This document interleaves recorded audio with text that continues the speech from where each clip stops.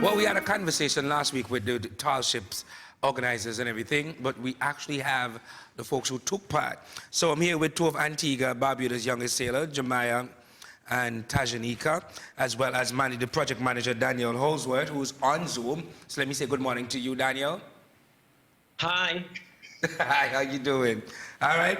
Well, tell us about who you are, Daniel. Let's start with you first. Hi, my name's Dan. I'm from the UK, and I'm a father and a grandfather, which I really enjoy being.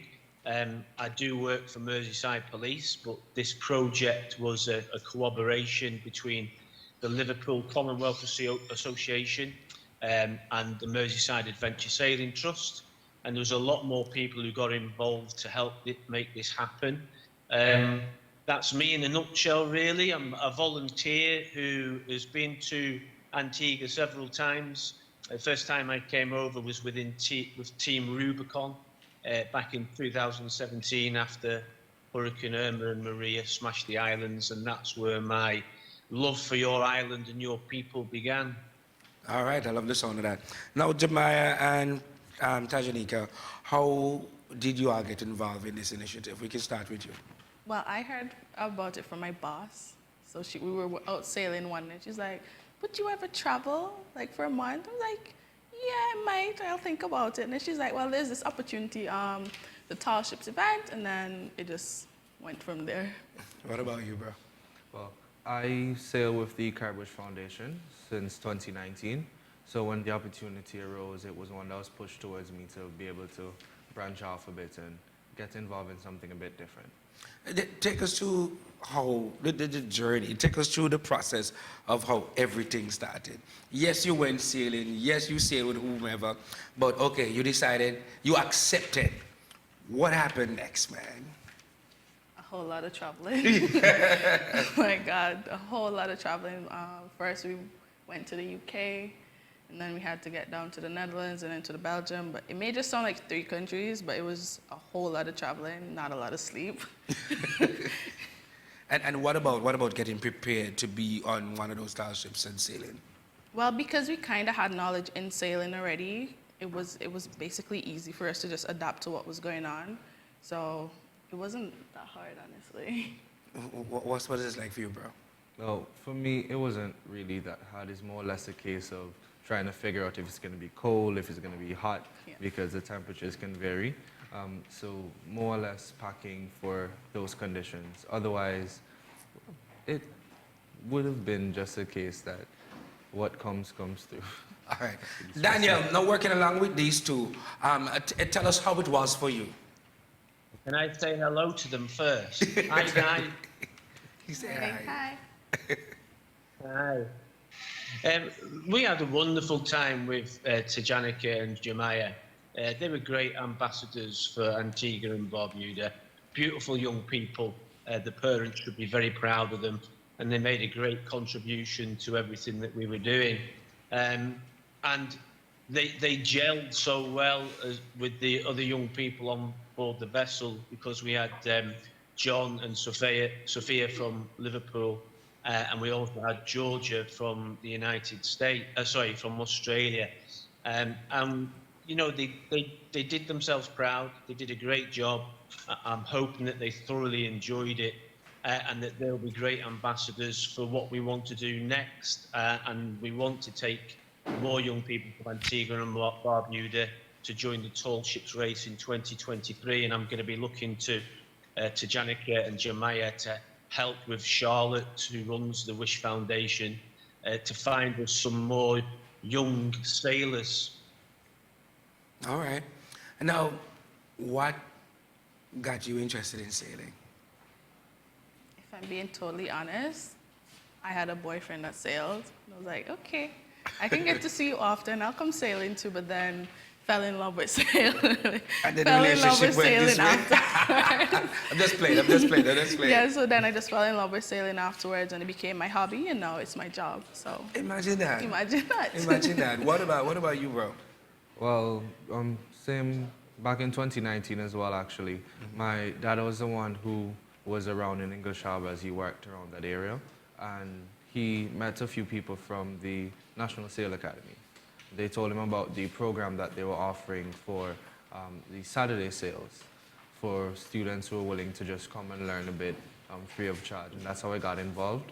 But throughout that same year as well, I met Charlotte and Billy, who then brought me on board to their foundation and their Caribbean sloop. So that's a bit of how I got involved with sailing.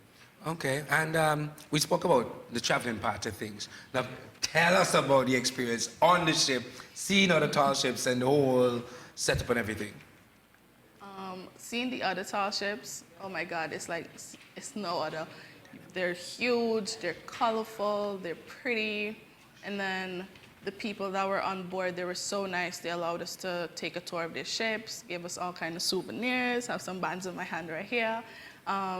And just all in all, it was like a really good experience. On our boat now, it was like luxury. It was so good. The only problem is at some point in time, we were going through a heat wave. And let me tell you, it was hotter than in Antigua. And we were boiling in our cabins. But other than that, it was really good for me. Yeah, you have to give your experience. So don't worry about it. That's our experience. Tell us about yours. Well, I'll start with our vessel. Our vessel was actually, as she said, a bit more luxurious. It was comfortable, and the overall atmosphere of being with persons from in 2 different places, not just Antigua, but Liverpool and Australia, it felt a bit more like a family bond after a point in time than just sailing along with other persons you don't know. Outside of the heat, what are some of the other challenges you faced? If any, if there's any, if there's none, just say there's none. Well, the consistent traveling, I would say. It was a yeah, bit of traveling for us. When we arrived in Liverpool, we spent 2 days there doing mentorship training. And after that, we had to travel to Amsterdam, and we had to travel up towards Harlingen. So from the very beginning, it was just a lot of back and forth trying to get into the places we need to be. But basically, that's the only other challenge. And Dan, I know you're on the other side of the world, but what is the process to be a part of something like this if you're so interested? Okay, well, the next step is we've got some really good things going on. There are opportunities for young people to apply for the 2023 Tall Ships race, and we're going to work out that with Charlotte and High Commissioner Mrs. Karen May-Hill over here in London, who's been a fantastic support. And of course, we're going to be looking to do some advertising and recruitment for next year, because we want to bring a minimum of 5 young people over to the UK again to take part in the Europe Tall Ship race next year. So we would be quite happy to work with ABS and continue to work with High Commissioner Hill to make that happen. But one thing that's taking place in December is there's a wonderful tall ship coming to Antigua called the Pelican of London. And I've met with the CEO, Adrian, and one of his trustees and his project manager, Simon. And there's going to be an invite for people who are interested, in particular your government, and people who might want to sponsor the opportunity for young people to do sail training, to come on board and look at the vessel and understand more about what sail training is all about.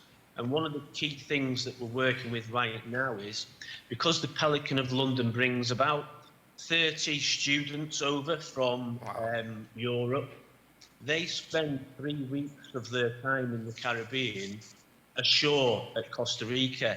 And what I'm saying to Adrian, the CEO of Seize the Future, who own this vessel, is why can't they spend 3 weeks ashore on Antigua and Barbuda?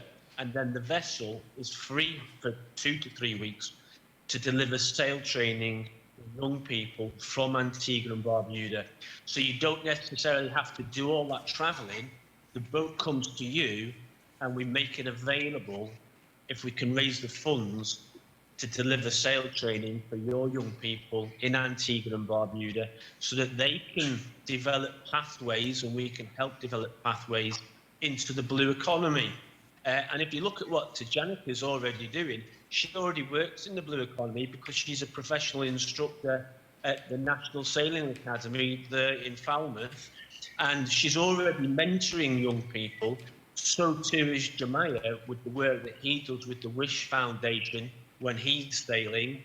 So I always bring it back to working with Tajanica, working with Jemiah, working with Charlotte and your government to bring these opportunities to the young people of Antigua and Barbuda, and that's what we want to do. So watch this space, because I'm going to be coming back to ABS and saying, come on board the Pelican of London and have a look at it and help us find the next batch of young people to come out to Europe.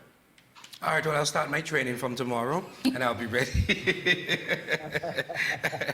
Now, guys, what is next? 'Cause we got to go, but what is next for you? Hopefully get some more license so I can sail on these bigger boats and then take my sailing career from there. Okay. Well, I'm still pursuing some studies, but I'd also like to pursue my licenses. So hopefully I can intertwine my studies and sailing as well, hopefully getting a future career with that. No problem. And Dan, I want to say thank you too for always loving Antigua Barbuda and being a part of this. And of course, December, we will work on something and make sure we do what we do here, okay? Hey, I'm going to be back in Antigua next year in March when I retire from the police. I love Antigua, so does my wife. All right. Guys, well, congratulations. Thank you. And just keep doing the good work that you're doing. Thank you. And one, y'all have to teach me, so be ready. Stay with us, folks. We've got more coming up on Antigua Barbuda today.